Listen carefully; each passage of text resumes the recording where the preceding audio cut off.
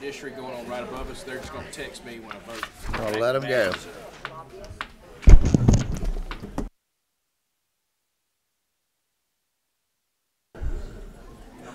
There it is.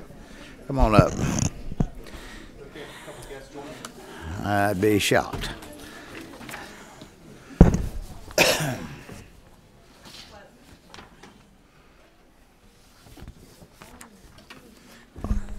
All right, I'm going to call this the House Public Safety Homeland Security Committee to order for our regular monthly meeting. We have two bills today. Senator, if you don't mind, we're going to just give a brief hearing to this bill because we've got several members that need to get to a House Judiciary meeting, and then we'll move on to yours. To the committee members, if you'll take a look at the substitute 1168S to Senate Bill 149, take a good look, see if this puts your hearts at rest about actions of last week. I think there was several things that were answered. Representative Strickland, if you would. Hearing only today. Thank you, Mr. Chairman, members of the committee. I bring you House Bill 541. Thank you for giving us a chance to discuss this bill this year that was filed a little bit late, so we can have a good one-year conversation about this issue and hopefully get this through next year with session. This bill deals with possession of firearms for those that have been convicted of a family violence misdemeanor offense right now, and also deals with the same thing with those that have had a family violence temporary protective order entered against them as well. Right now, federal law prohibits folks that have been convicted of a felony from possessing a firearm. It also prohibits those that have a TPO entered against them from possessing a firearm. We're trying to create a state policy for this, and you'll see in this bill we're trying to deal with, I'll tell you, in my practice, the criminal defense work that I've done, I've been on both sides of TPOs. I've also defended folks that have been accused of family violence. And my friends that are solicitor generals who deal with misdemeanor offenses, they'll tell you the worst thing they ever see is a misdemeanor family violence case. I've seen cases personally where a spouse is beaten almost to the point of death, and it's a misdemeanor, and it's a one-year offense, and we see a cycle with these. And you're going to hear from some other folks about the number of people who died just last year from family violence. We're dealing with those that have committed acts of family violence against people in their household, parents of the same children, with children present, and we're trying to make sure that as we continue to further protect the Second Amendment. By the way, I voted for every Second Amendment bill we've had from this committee since I've been here, very strong advocate of the Second Amendment. We're trying to make sure that we are making certain that those who have no business having a firearm, who have proven they're going to use those firearms against their family members, that we have a procedure put in place to keep those folks from having those firearms in their possession. So I'll walk through the bill quickly, section by section.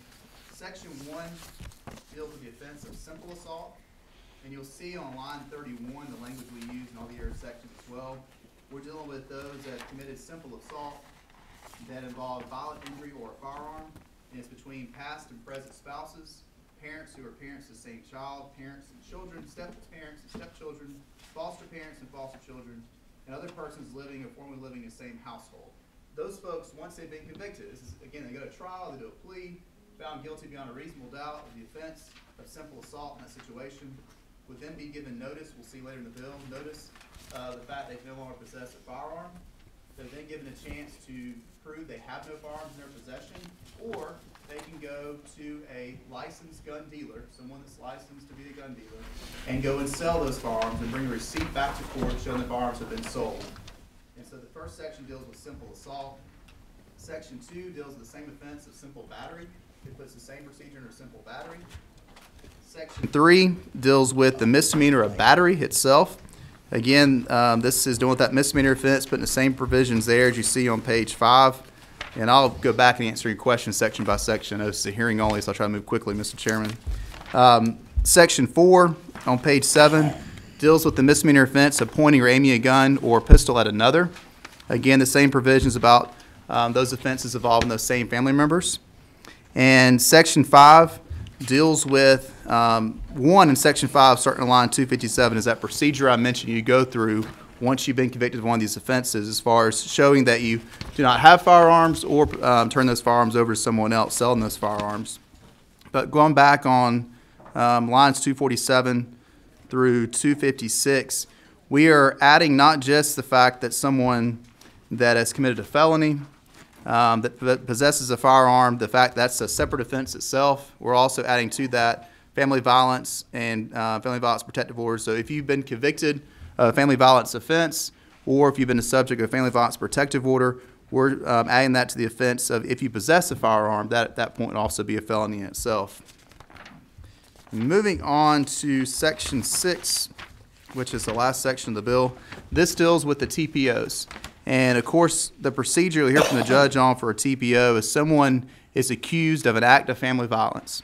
They then are possibly a subject of an ex parte order, something you have no chance to go and defend yourself on. A judge just issue an order bringing about the ending of acts of family violence and give you a chance within 30 days to be heard on that order. So then within 30 days, under current law, you get a chance to go to court and argue to a judge you have not committed acts of family violence, and a restraining order should not be entered against you. If you go to court, you've had a chance to have a hearing on that, and you've been found liable for the act of family violence and a TPO is entered against you, this procedure I went over comes into place again. You cannot possess firearms, and you have to either prove to a judge you don't have any firearms in your possession, or within 72 hours go and sell those firearms to someone that's a dealer, bring back a receipt, and show you no longer have those firearms in your possession. And Mr. Chairman, I'll be happy to discuss this more, answering questions. Again, this is going to be a 2-year process with this bill, of course, and I want to start the conversation today. I think that as we continue to work towards further protecting our Second Amendment rights and making sure those that follow the law, responsible citizens, have their rights preserved, we got to look at those that are abusing this and those that are actually taking firearms and using them against their families. And I think it's reasonable to have someone that goes and does this and does acts of family violence against their family members with a weapon, make those people give up those weapons to protect those people who are becoming victims of guns. Very good. We have a question. Mr. Clark. Thank you, Mr. Chairman. And Mr. Chairman, thank you for bringing this. Just want to let you know, we've talked before that this measure is something that I support. You know, the premise behind it is if you want to keep your firearms, don't beat your wife or girlfriend. I mean, that's the premise behind this. You have your rights, and also if you've shown a propensity to violence, should you maintain your firearm and then commit an act of violence with it and make it more difficult for those of us that obey the law and want to maintain our firearm rights as well. So I support this. You know, it is a 2-year process, so it's going to go through the scrutiny of everything, and I appreciate you bringing this for discussion. I do have a question. What about trusts? Because somebody could open up a trust and transfer a firearm into a trust that they have access to that trust as well. Are you saying that would be an alternative to selling the guns or something? Or? It could be. Okay. So just, you know, look into that too. Yeah, and I would love to get y'all's feedback on ideas like that. My goal is honestly just to make sure these weapons are not there for someone that has a lot of violence issues. A lot of folks that go through a TPO process or go through a family violence offense, they're able to come out on the other side and realize they made a bad mistake. They have anger issues, sometimes involves drugs or alcohol. But while those folks are dealing with that, what this does is it forces them to take a pause and get rid of the firearms currently in their possession. So how we do that, honestly, in my opinion, is not that important. It's just a matter of making sure it's done. So I do have some concerns about having them given to a family member or put into a trust, potentially just because I worry they may still have possession of them, just a way to kind of get around it. But we might find a way to make that work, and so I'm open to suggestions on that. And then a couple of other just concerns dealing with a concern I would have dealing with the TPO, and part of this might be my ignorance on the process. But I would have concern if you have if somebody stands before possibly, you know, a judge who has a bent towards or against guns in the larger scheme, that they might be quick to pull. I don't want to say pull the trigger. That would be but quick to take away the person's right to bear arms just because they have a bent that way already. Or is there safeguards for the person in that situation? Well, I think the safeguard is the fact that every judge in our state has the same legal standard when it comes to a TPO. And so if we see judges that try to abuse this and somehow, then we have an appeals process put in place for that reason. That'd be my response as someone that goes from a lot of different judges. I get a lot of different approaches on areas of law, but the one thing is the same is the law is always the same. And so I hear you on that potential concern, but I think that if that becomes an issue, we could always tighten this up more down the road. But the biggest thing is this could always be appealed. I think it's pretty clear in the current law what it takes for a TPO to be entered against someone. And there is a judge sitting to my left that might could give more perspective on that too. Okay. And before that, so through the appeal, and this, I think through discussing with you too, and for just clarity, that the TPO couldn't just be issued, they would have to have a hearing, and so due process would be exercised before they would, under this bill, like you have to make sure that a judge has to have a hearing and the yes, he can jump in for that too. Representative Clark, I'm Robert McBurney. I'm a Superior Court judge from right down the street here in Fulton County. Great question, and one reason I was asked to present to you all is because of my job. I'm also the vice chairman of the Georgia Commission on Family Violence. So two separate strains that combine to support the concept behind this, as you summarized it. You shouldn't have a gun if you beat your wife, you beat your girlfriend. That's the basic premise that the commission is behind. A temporary protective order, despite the word temporary being in front of it, is a very formal legal proceeding. You don't go up to a vending machine, answer a question, were you a victim of family violence? Yes, insert 2 quarters, and out comes the TPO. You're in front of a judge in an adversarial process. There is the emergency protective order that a victim could get in an ex parte proceeding. Victim comes to me, judge, my boyfriend was beating me. And for a very, very discrete amount of time, not addressed by this bill, there is an order that could keep the two apart. But a temporary protective order is the product of an evidentiary hearing at which the accused has the right to be present, can be represented by counsel, and the judge has to make findings of fact and issue an order after an on-the-record, open to the public hearing where an accused has all the due process rights. Someone going to trial. No jury, it's a judge. It's like a bench trial. Sure. And it's temporary only in that protective order lasts for 1 year. It's good for 12 months. It can be appealed if someone thinks the judge got it wrong, but it's a full-blown evidentiary hearing after which the judge weighs the evidence and says, I think what is best to preserve the safety is to have the following conditions, and you need to stay away from this person in light of the evidence that I've heard. So it doesn't happen in the dark of night. You cannot issue a TPO in absentia. It needs to be a hearing in a situation like that, absent very, very extreme circumstances. So your process concerns are recognized, and this only addresses TPOs. Okay. And one final question, if I can, Mr. Chairman. What is the process by which, if an individual has done, and had their rights taken away, is there a process, or would it just be the current process you have with felony convictions to get expunged and maybe be able to get your right back to bear arms if you've proven yourself to be, for lack of a better word right now, rehabilitated and proven in court that you haven't shown a continual habit or exercise of violence, a bent towards violence? How would an individual get their right back? Well, I'm not the author of the bill, but I'm being asked to speak to this as well. It would be, as the bill is written, as I understand it, no different than what would happen for a convicted felon. By operation of law in Georgia, and it's been this way for years and years, you're convicted of a felony, you lose the right to vote, no jury service, you cannot keep and bear arms. There are ways to get those rights back. I'm not a subject matter expert in that, but as I read the bill, this does not include a provision that would treat it differently. That's something that people have discussed because it's misdemeanors and not felonies, and that might be food for thought as this bill progresses.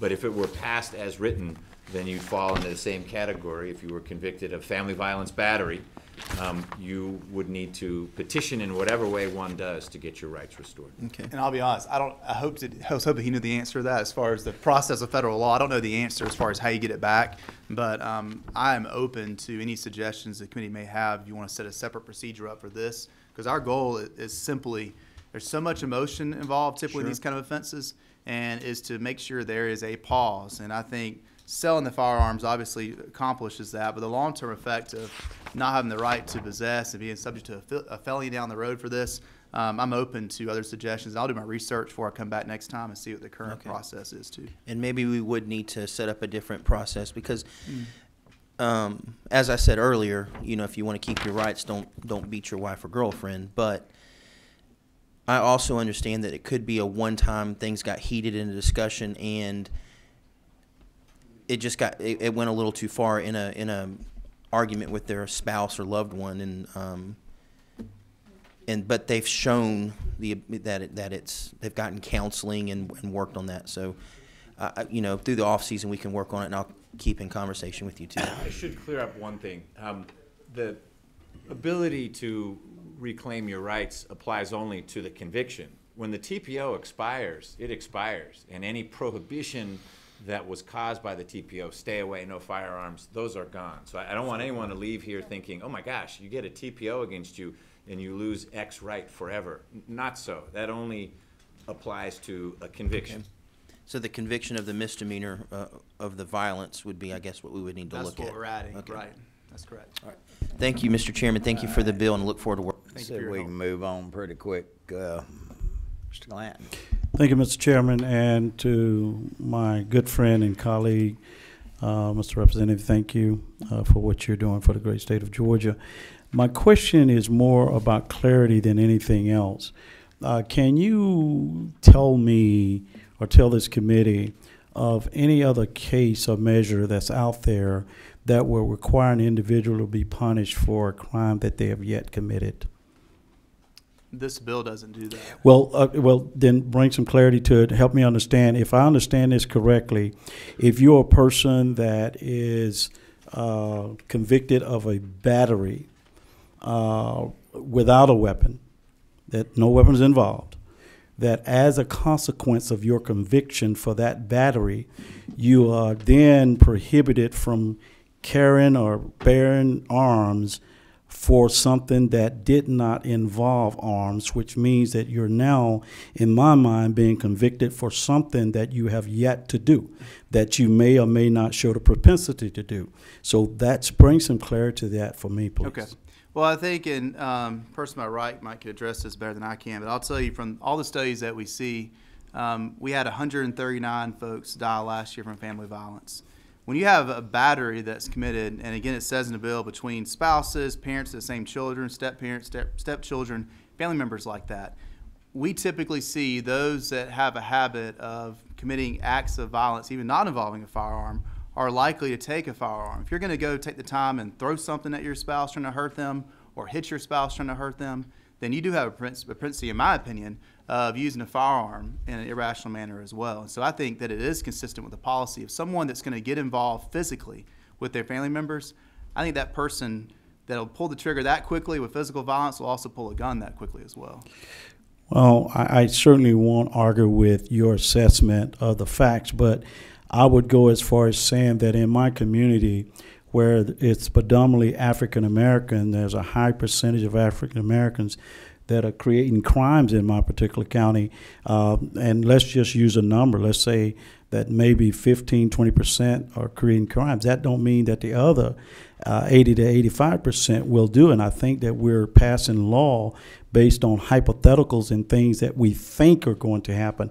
And if that's the way we want to go in this society, is to punish people for what we think they might do versus what they've done. Can you? And I understand the expertise you have beside you, and I'm certainly not going to sit here and debate with a Superior Court judge or whomever, but I will say that I think that there was a point in time when some folk that looked like me was profiled, and because we set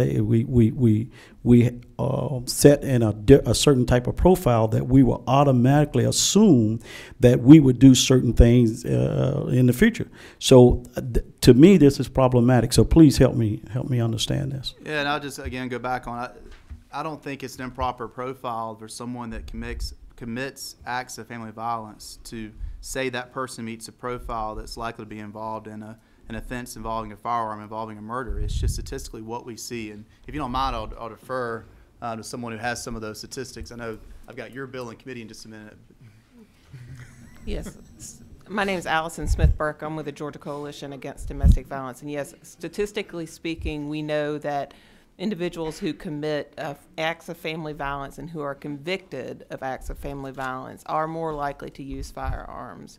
And so that's simply the issue that we're dealing with. We're dealing with individuals who statistically have a way higher propensity for committing future acts of violence. I understand your question. I just don't know if we agree on what this bill does as far as a comparison. One last follow-up, Mr. Chairman. Make it quick. Yes, sir. I apologize for asking questions and trying to get clarity. No. I will say this, that also in this bill, if I understand it, you're talking about former spouses and former relationships and former this and that, which could put you in any kind of situation out there. So I still find it problematic, and I'll vote the way I vote, but I still find it problematic to punish people by taking away their right to bear arms, because this committee, more so than any other committee I ever been assigned to, has given rights to folks to bear arms. And here we are in the same vein, taking away rights from people that have not been convicted of a crime directly related to the carrying of firearms. And just one quick follow-up, Mr. Chairman, I'll shut up. Just also keep in mind that we're consistent with current law that says if you commit a felony, you lose your right to hold firearms as well. And so that's the current law. And obviously every felony is not tied to a firearm, but we're dealing with family violence here. But let's continue the conversation in the off season on this too. Congressman Clayton. Hearing Oh, on. I didn't know that, Mr. Chairman. I'm trying to get these lights off up here. All right, at the discretion of the chair, this bill is going to take an awful lot of discussion. And at the chairman's discretion, I'll either appoint this, send this to a subcommittee to be looked at during the interim, or to the full committee during the interim. There's going to be a lot of discussion on this bill. Thank you, Chairman. Thank you for taking the time to give us a hearing now. Appreciate y'all. Thank you. No problem. All right, committee members. First, we have a group of young adults back here from Columbus, Georgia, from Jordan High School. We want to take an opportunity to welcome these students and their chaperones here to the Capitol today. You got a good representative.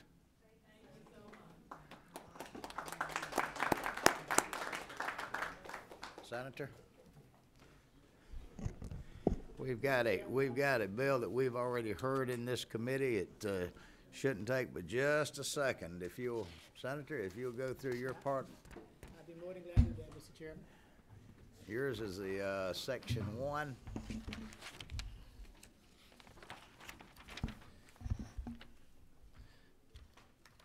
Thank you, Mr. Chairman and members of the committee. Section 1 of this bill, and let me acknowledge the strong bipartisan and bicameral support for this bill. Thank you. I see it's been enlarged a little bit. But the Section 1 of this bill simply allows the post to create a certification program for school resource officers.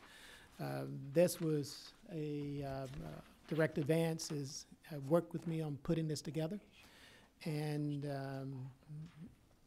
Director of the training facility down in Forsyth, Georgia, Director Chris Wigginton, is working on this project as well. And it's received strong support throughout, and it came out of the Senate without a single no vote, Mr. Chairman. And I tender the rest of the bill to the chairman. All right. Do we have any other questions from the committee? Y'all remember there was a part that we took out of the bill at one of the committee members that brought up a issue about misdemeanors being able to be transferred, and I think if y'all got your message upon research by lead counsel, that's already law. There's already a process, so we've taken that out of the bill. We've cleaned up the language for the Department of Corrections on tobacco usage. Quite frankly, it just says it should be unlawful for any person to obtain for, or to procure for, or to give to an inmate tobacco or any other product containing tobacco without the authorization of the warden or the superintendent. So that gives DOC what they need. For those of y'all who are in the committee, Superior Court judge brought it to the attention that probably contraband is probably delivered in courthouses more than it is anywhere where inmates are going to trial or whatever, and we've just basically said that you cannot provide an inmate with tobacco. The rest of the bill stands as itself. All quick questions? Mr. Glanton? I really didn't have a question. I just want to know what posture we're in, and because I want to make a motion at the proper time. Well, it's at the proper time, but it sure is gonna be in just a minute. Thank you. Number 18, Mr. Mayor, Rasmus. Mr. Chairman, just got a question on section 3.3. It's the tobacco part. I remember in our previous one that there was and maybe in here I was trying to read it too quickly, that if someone brings it into a jail, that they could be asked to retreat. Is that not in here now? And without penalty? I thought that was a very important discussion point that was brought Misdemeanor up. If they provide, Gillis, you rewrote it, explain it. Sure. What we did was we took that process out, that structure out, and so now the bill just says if you give an inmate tobacco, then that's the criminal act. Even if you come into the jail with tobacco, that's not the offense anymore. The offense is actually passing it. Okay. Right. I knew that was important during the committee discussion. My concern was, if y'all remember, my concern was that if somebody came in and had a pack of cigarettes or a chew of tobacco, snuff in their pocket, they didn't need to be prosecuted unless they could be told to leave, which the DOC can do right now. The guidelines are with the county jails, and this way it becomes a misdemeanor if they provide that tobacco. Thank All right. you, Mr. Chairman. Any further questions? Mr. Collins? Any chance we could take out section 2 completely?